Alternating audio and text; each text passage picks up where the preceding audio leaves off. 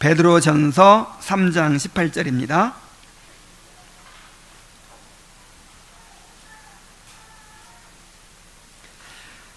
자, 다 같이 한 목소리로 읽겠습니다. 베드로전서 3장 18절 말씀. 자, 시작.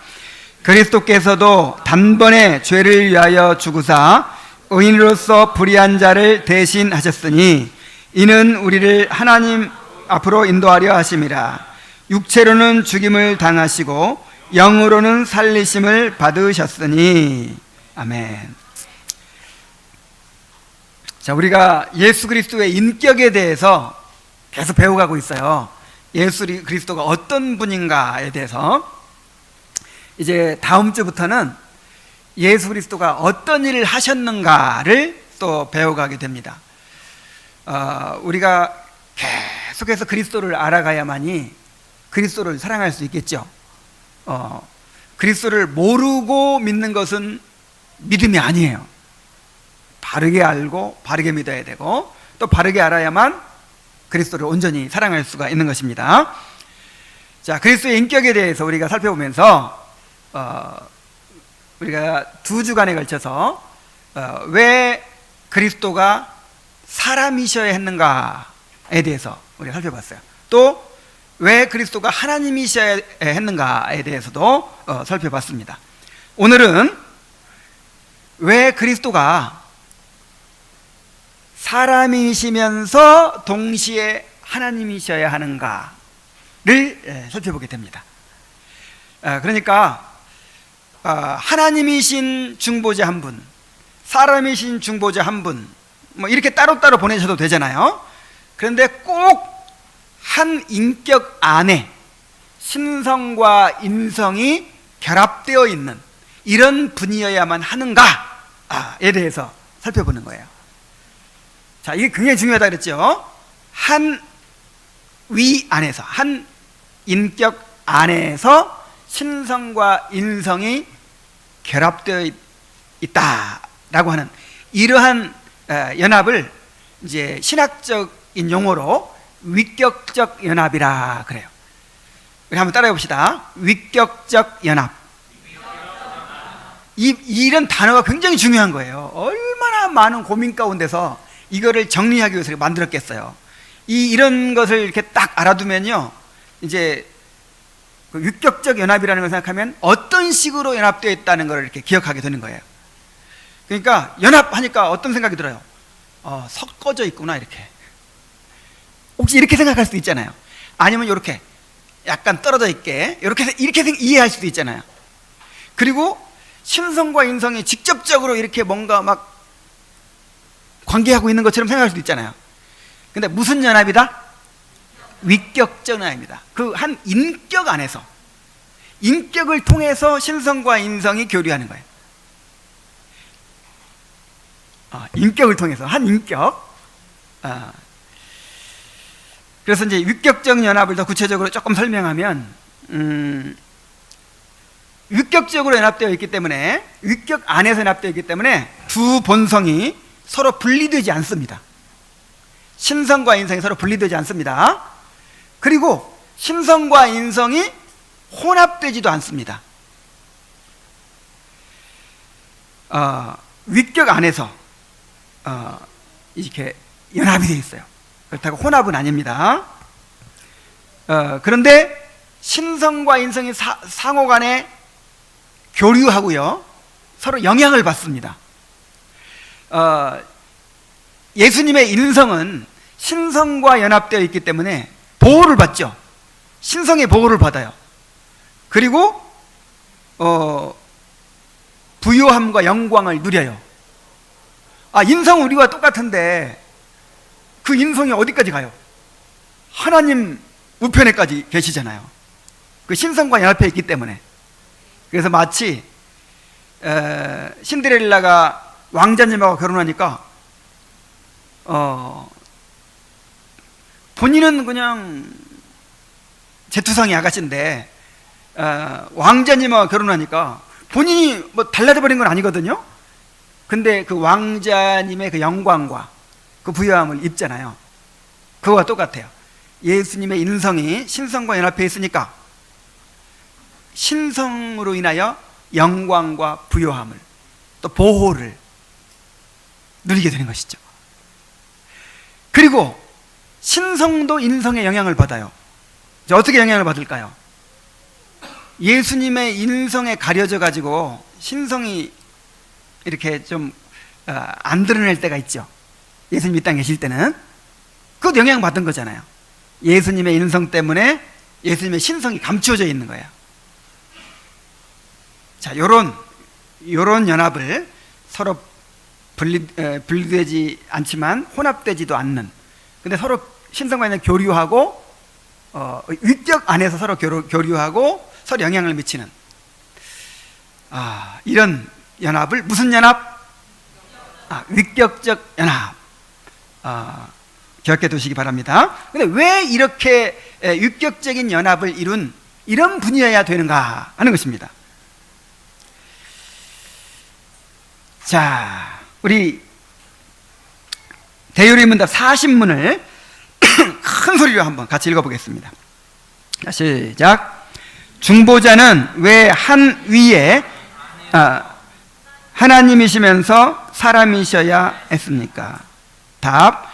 하나님과 사람을 화목하게 할 중보자가 한 위 안에서 하나님이시면서 사람이셔야 하는 이유는 중보자의 신성과 인성의 각 고유의 일이 위 전체의 일로서 우리를 위해 하나님께서 받으시는 바가 되어야 하며 우리가 의지하는 바가 되어야 하기 때문입니다.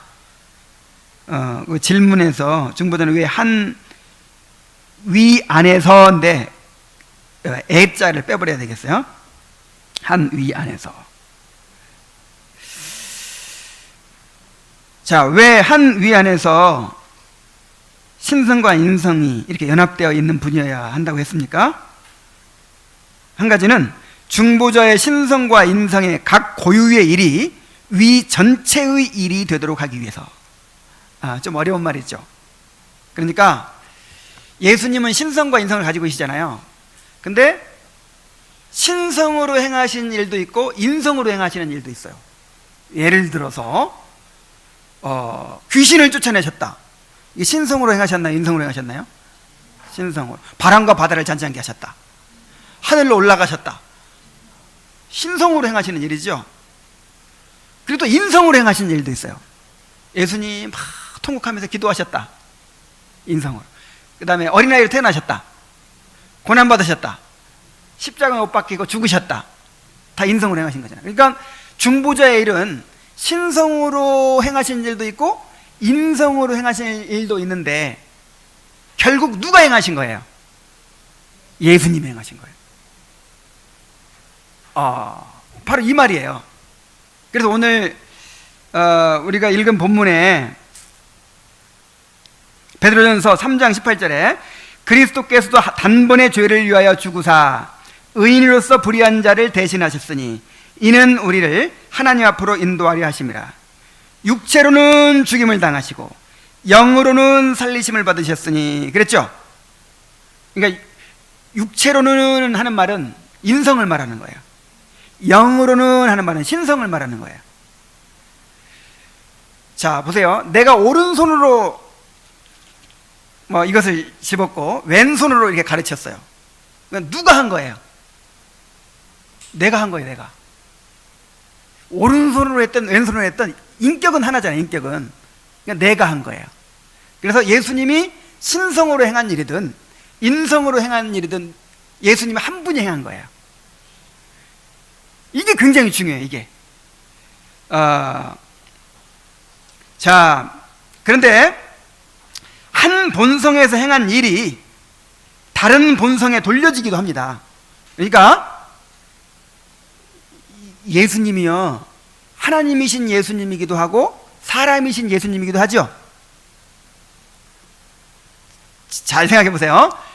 예수님은 하나님이신 예수님이기도 하고 사람이신 예수님이기도 하죠. 근데 몇 분? 한 분이에요. 그래서 예를 들어 내가 신성으로 행한 예수님이 신성으로 행한 일인데 사람이신 예수님이 행한 일처럼 그렇게 얘기하기도 한단 말이에요. 예수님이 인성으로 행하신 일인데 하나님이신 예수님이 행하신 일처럼 그렇게 이야기하기도 한단 말이에요.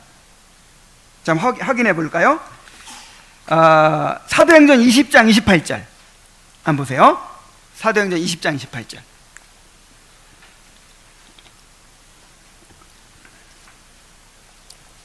자, 함께 읽습니다. 자, 시작. 여러분은 자기를 위하여 또는 온 양떼를 위하여 삼가라.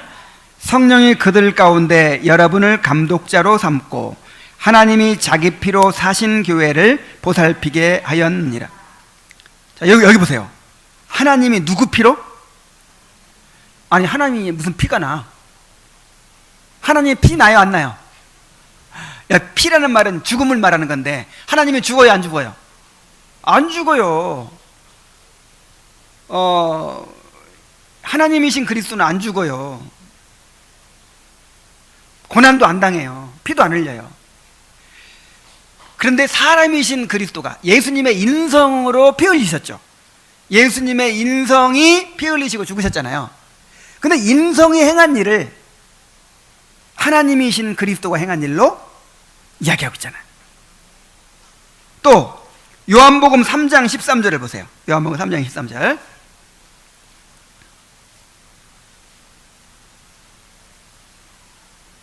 또 읽습니다. 같이. 시작. 하늘에서 내려온 자 곧 인자 외에는 하늘에 올라간 자가 없느니라. 자, 인자라는 말은 인성을 가리키는 말입니다. 물론 인자라는 말에는요, 보통 사람의 아들이 아니라 하나님께서 보내신 어떤 특별한 존재를 말하는 것이긴 해요. 그렇지만 인성이에요. 근데 보세요. 인자 외에는 어디 올라간 자가 없느니라? 예수님의 그 인성이 하늘에 올라갔어요, 안 올라갔어요? 그 당시에 예수님 이 땅에 계실 때 올라갔어요, 안 올라갔어요? 안 올라갔죠. 나중에 이제 부활하셔서 승천하셨을 때 인성이 연합되어 있기 때문에 신성 따라서 가신 거예요, 이렇게. 근데 예수님 이 땅에 계실 때는 이 땅에서 예수님의 인성을 입으신 거잖아요. 그런데 이미 예수님의 신성으로는 하늘에 계시다 오신 분이잖아요. 계시다 오신 것이 아니라 여전히 하늘에 계시죠. 그래서 인자 외에는 하늘에 올라간 자가 없느니라. 그러니까 예수님의 인성인데 신성이 행한 일을 이렇게 적용시키고 있다 이 말이에요. 그래서 인성으로 행한 일을 하나님이신 그리스도께 적용시키고 또 신성으로 행한 일을 사람이신 그리스도께 적용시키고 이렇게 서로 이걸 교류라고 하거든요. 이걸 속성의 교류라 그래요. 우리 한번 따라해 봅시다. 속성의 교류. 이거 잘 기억해 두세요. 다시 한번. 위격적 연합. 속성의 교류. 이게 굉장히 중요한 거예요. 이렇게 돼야만 우리가 구원받을 수 있는 거예요. 이렇게 돼야만. 왜 각각 신성과 인성을 가지신 두 분의 중보자를 세우지 않고 이렇게 위격적 연합을 이룬 분이 속성의 교류를 통해서 그렇게 사역을 하도록 하셨을까요? 이 두 본성의 각각의 사역의 관계는 한 중보자 안에서 연합을 요구하기 때문입니다. 그랬습니다. 다시 말해서 신성은 인성을 통하지 않고는 고난을 경험할 수가 없어요. 또 인성은 신성을 통하지 않고서는 마땅히 당해야 할 고난과 고통을 감당해 내실 수가 없어요. 인성은 하늘에 올라갈 수 없잖아요. 신성은 고난받을 수 없고. 그래서 중보자의 신성과 인성은 그의 사역의 통일성을 위해서 반드시 한 위격 안에서 연합되어 있어야 하는 것입니다. 조금 더 이제 설명을 들으면 더 이해가 될 거예요. 자, 다음으로 우리를 위해 하나님께서 받으시는 바가 되어야 하며 우리의 의지하는 바가 되어야 하기 때문입니다. 그랬죠? 자, 하나님은 사랑하는 독생자를 우리를 위해 중보자로 세우셨어요. 마태복음 3장 17절에 보면은 하늘로부터 소리가 있어 말씀하시되 이는 내 사랑하는 아들이요 내 기뻐하는 자라. 그러니까 지금 이 인성을 입고 계신 이 예수가 어떤 분이라는 거예요? 만세 전부터 성부 하나님의 극진한 사랑을 받는 그 성자 하나님이라는 거예요. 그래서 그 하나님을, 그 성자 하나님을 이제 그리스도로 임명하시는 것이죠. 자, 이게 중요해요. 그리스도는 하나님이시면서 또한 사람이시기 때문에 그의 고난과 순종이 하나님이 받으실 만한 가치를 지니게 되었습니다. 자, 그냥 죄 없는 사람일 뿐이면 아무리 순종을 잘했어도 자기 혼자 구원받고 마는 거예요. 아무리 의인이라도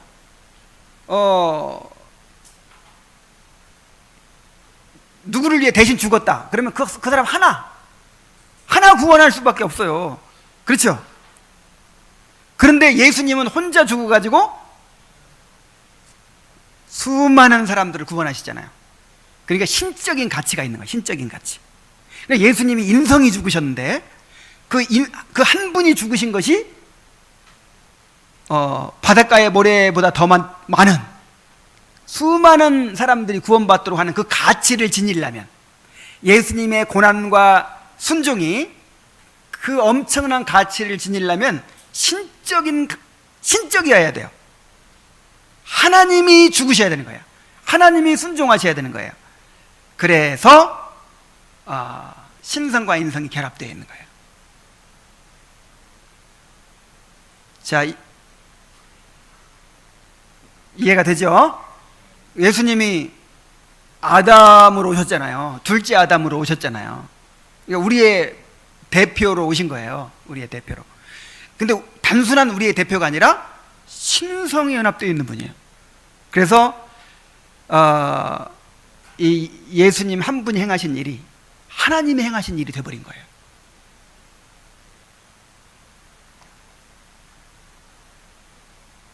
또한 우리는 그리스도를 우리의 중보자로 온전히 신뢰할 수 있습니다. 베드로전서 2장 6절에 성경에 기록되었을 때 보라 내가 택한 보배로운 모퉁이 돌을 시온에 두노니 그를 믿는 자는 부끄러움을 당하지 아니하리라. 야, 그리스도가 사람일 뿐이면, 여러분 그리스도가 사람일 뿐이면 우리가 어떻게 완전히 그 그리스도를 의지하겠어요? 부처님 믿는 사람도 있고 공자님 믿는 사람도 있고 그런데 부처님이 우리를 위해 해준 일이 무슨 일을 해줄 수 있겠어요? 또 공자님이 우리를 위해서 무슨 일을 해줄 수 있겠어요? 부처님이 돌아가시면서 이제 제자들이 그러는 거예요. 선생님 돌아가시면 우리는 어떻게 합니까? 무슨 유물이라도 좀 남겨주십시오. 그러니까 마지막으로 하는 말이 나를 의지할 생각을 말아라. 내 돈은 내가 닦고 너희들이 닦아야 된다. 이게 맞는 말 아니에요? 내 돈은 내가 닦고 너희들이 닦고. 이게 다 부처가 돼야 돼요. 다. 이 부처님이 한 일은 본을 보여주는 일밖에 없어.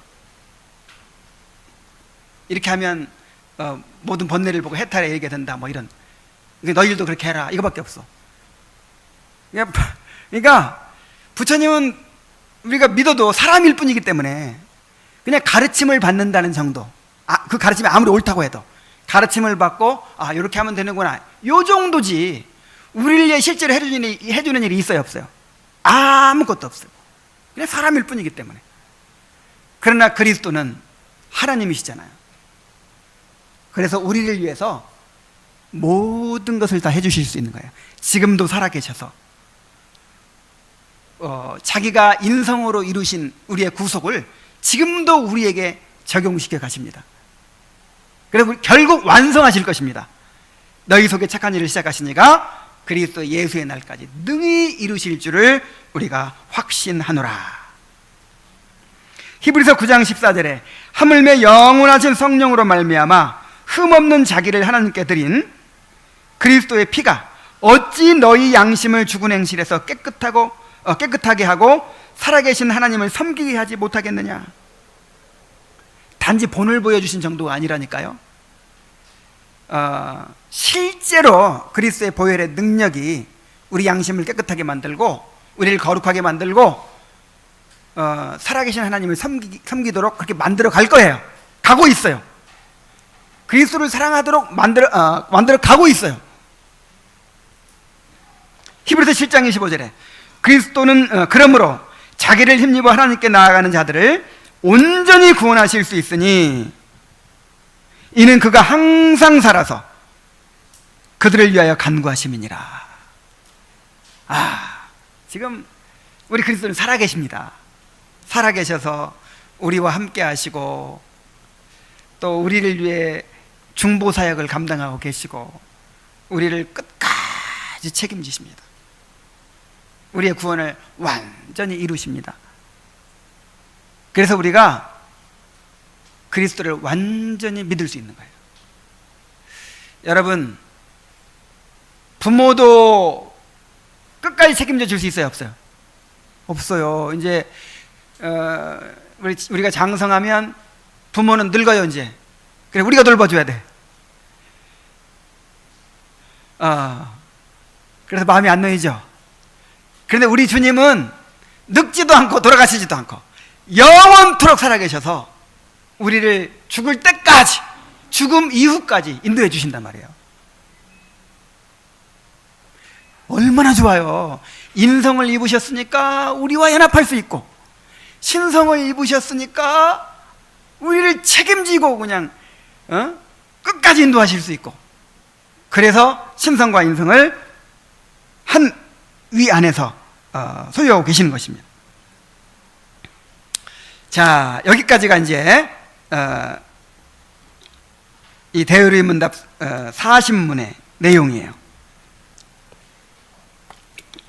그 대의문답 40문을 다시 한번 읽어봅시다. 자, 시작. 중보자는 왜 한 위에 안에서 하나님이시면서 사람이셔야 했습니까? 답. 하나님과 사람을 화목하게 할 중보자가 한 위 안에서 하나님이시면서 사람이셔야 하는 이유는 중보자의 신성과 인성의 각 고유의 일이 위 전체의 일로서 우리를 위해 하나님께서 받으시는 바가 되어야 하며 우리가 의지하는 바가 되어야 하기 때문입니다. 그래서 우리가 이 교리를 배우는 것은요, 이 신학을 배우는 것은 이 교리문답을 통해서 배우는 게 가장 안전하고 가장 확실해요. 이거는 어느 학자는 이렇게 했다, 어느 학자는 저렇게 했다, 막 이렇게 따질 것도 없어요.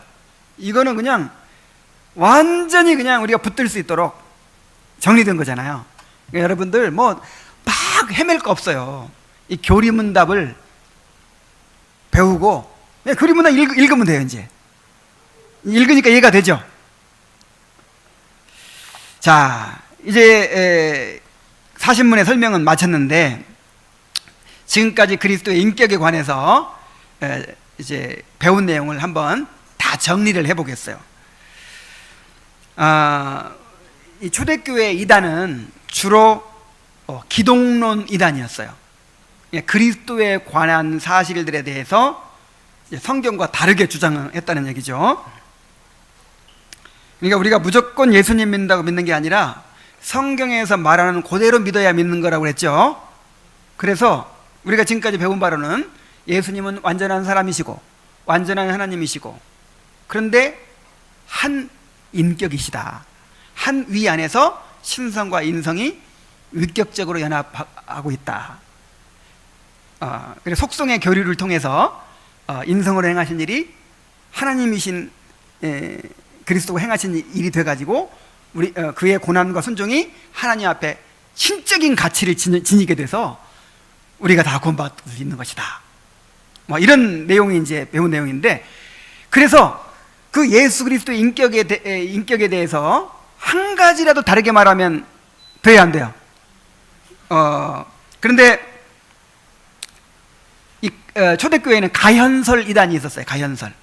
그러니까 어떻게 하나님이 인간의 육체를 입을 수 있느냐, 그냥 구약 성경의 그 하나님의 사자처럼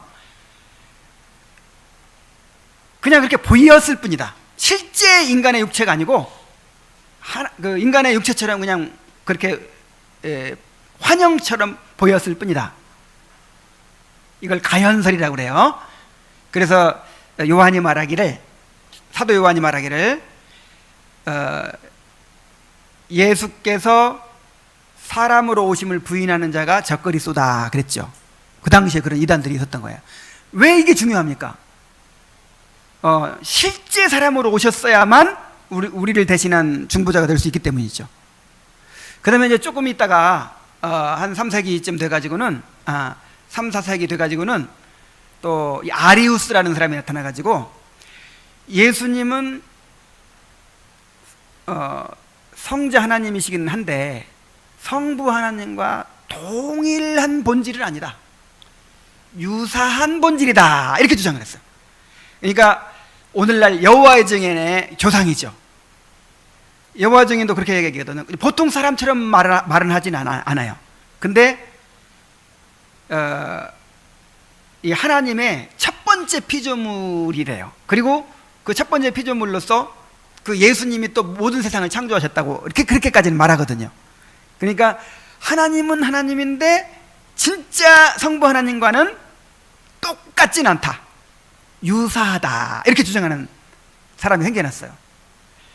그 다음에 좀 있다가 아폴리나리우스라는 사람이 이런 식으로 생각하는 거예요. 예수님의 영혼은 신성이고 육체는 인성이다. 맞아요, 틀려요? 인성이라는 말 속에 영혼과 육체가 들어있는 거죠. 그러니까 이거 완전한 인성을 부인하는 거잖아요. 완전한 인성. 완전한 인성이 되려면 영혼과 육체가 있어야 완전한 인성이 되죠. 그래서 예수님의 신성과 인간의 영혼과 육체, 이렇게 연합한 거예요. 근데 이걸 부정했단 말이죠. 예수님 육체만 인성이고 영혼은 신성이다. 그 다음에 또 좀 있다가 네스토리우스라는 사람이 나타나가지고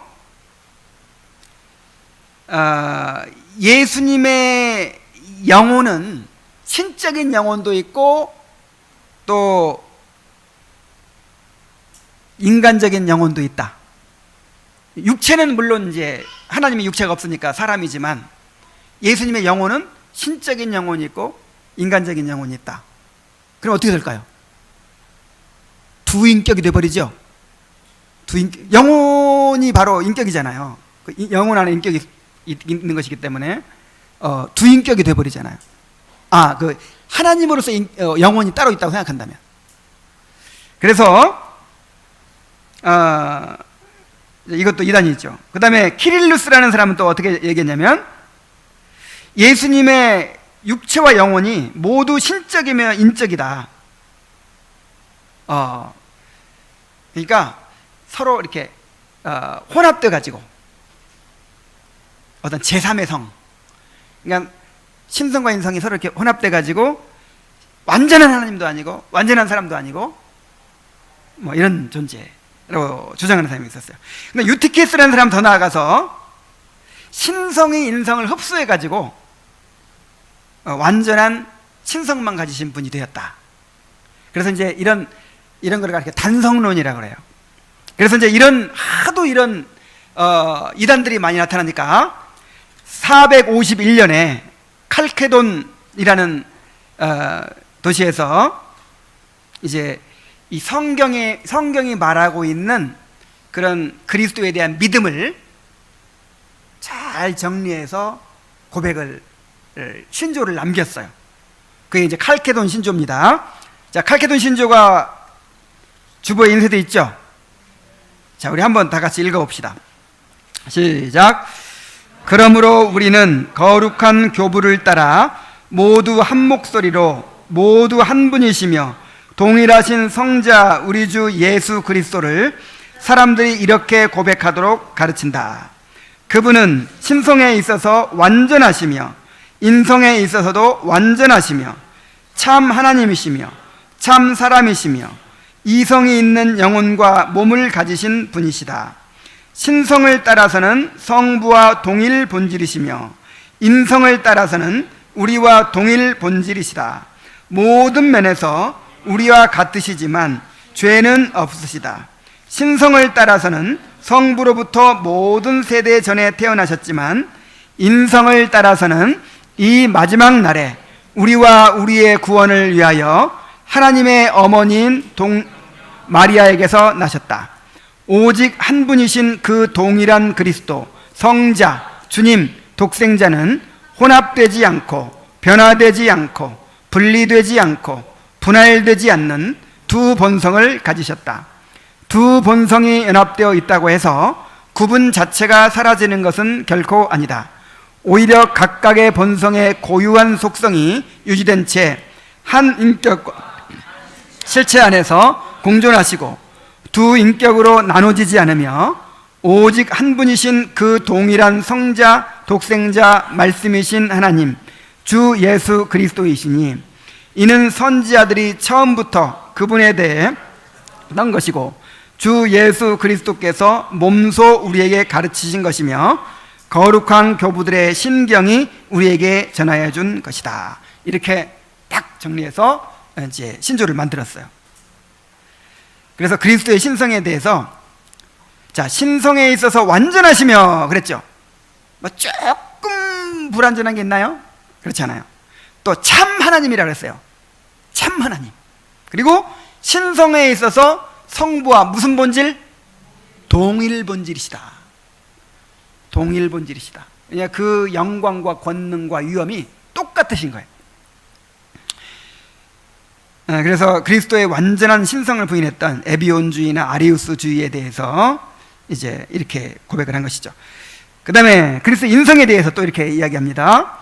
인성에 있어서 완전하시며, 자, 예수님이 사람이시라고 했는데 우리와 조금 다른 게 있나요?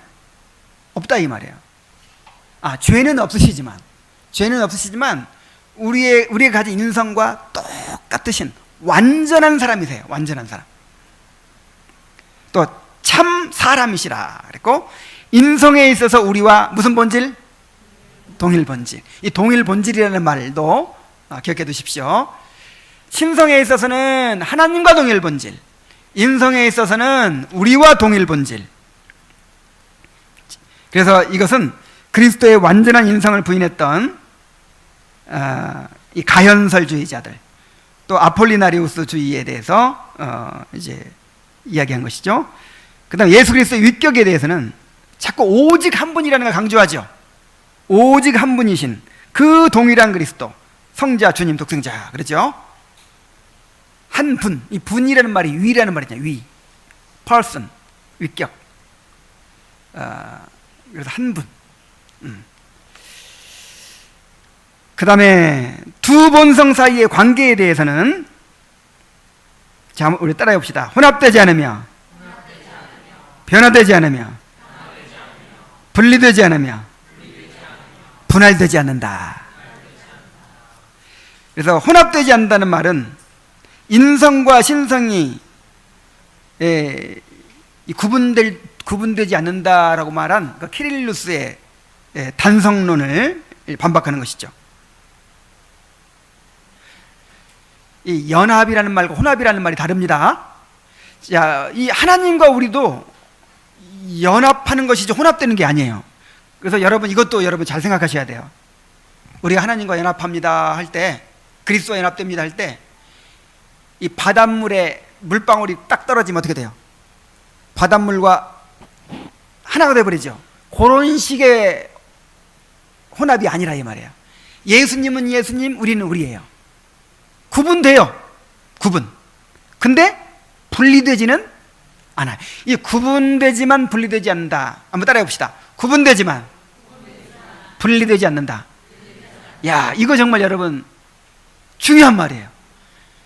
삼위일체도 세 분이 구분되지만 분리되지 않아요. 예수님의 신성과 인성도 구분되지만 분리되지 않아요. 칭의와 성화도 구분되지만 분리되지 않아요. 이 구분되지만 분리되지 않은 것이 이 기독교 신앙에는 굉장히 많아요. 그거를 혼합시켜버려도 이단이 되고 분리시켜버려도 이단이 돼요. 그 다음에 변화되지 않으며 그랬죠. 인성이 신성에 흡수되었다는 그 유티케스의 단성론을 반박하는 것이죠. 변화되지 않아요. 신성은 인성과 연합한 이후에도 처음부터 영원부터 가지신 그 신성이 그대로예요. 또 인성을 입으신 분이 신성과 연합했다고 해서 인성이 점점 신성처럼 변화되나요? 그게 아니라 인성은 인성이에요. 끝까지. 그래서 우리가 천국 가도 예수님과 연합할 수 있는 거예요. 천국 가봤더니 예수님이 이제 완전히 하나님 되어버렸어. 인성이 없어져 버렸어. 그럼 우리는 어떻게 하나님을 만납니까? 천국에 가도 예수님이 육체를 입고 계세요. 우리와 똑같은 인성을 가지고 계시기 때문에 예수님을 만나고 예수님과 하나 될 수 있는 거예요. 그 다음에 분리되지 않으며 그랬죠. 영혼은 신성, 육체는 인성, 이런 식으로 주장하는 아폴리나리우스 같은 그런 사람들에 대해서 반박하는 것이죠. 분리되지 않습니다. 연합되어 있어요. 연합. 그 다음에 분할되지 않는다. 이 말은 그리스도가 신적인 영혼과 인간적인 영혼을 가졌다고 주장해서 그리스도를 두 인격체로 만들어버린 네스토리우스주의에 대해서 반박하는 말이에요.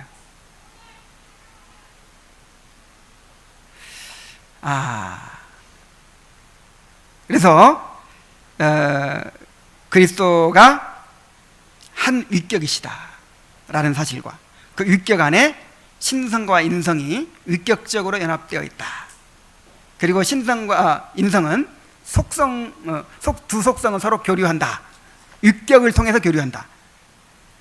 라는 사실 기억하시기 바랍니다. 자, 이제 말씀을 마치죠. 그리스도가 한 위 안에서 온전한 하나님이시며 온전한 사람이신 것에 대해서 여러분 깊이 묵상하시기 바랍니다. 이것이 얼마나 신비한 일입니까? 얼마나 놀라운 일입니까? 그것이 또 우리에게 주는 유익을 묵상해 보세요. 우리의 중보자이신 그리스도가 한 위 안에서 신성과 인성이 결합되어 있기 때문에 우리가 누리는 것이 무엇인지 한번 생각해 보세요. 우리 남편이 신성을 가지고 계신 거예요. 우리가 어느 수준에 올라가요? 하나님 아들이 되어버리는 거예요. 그리스도의 신부,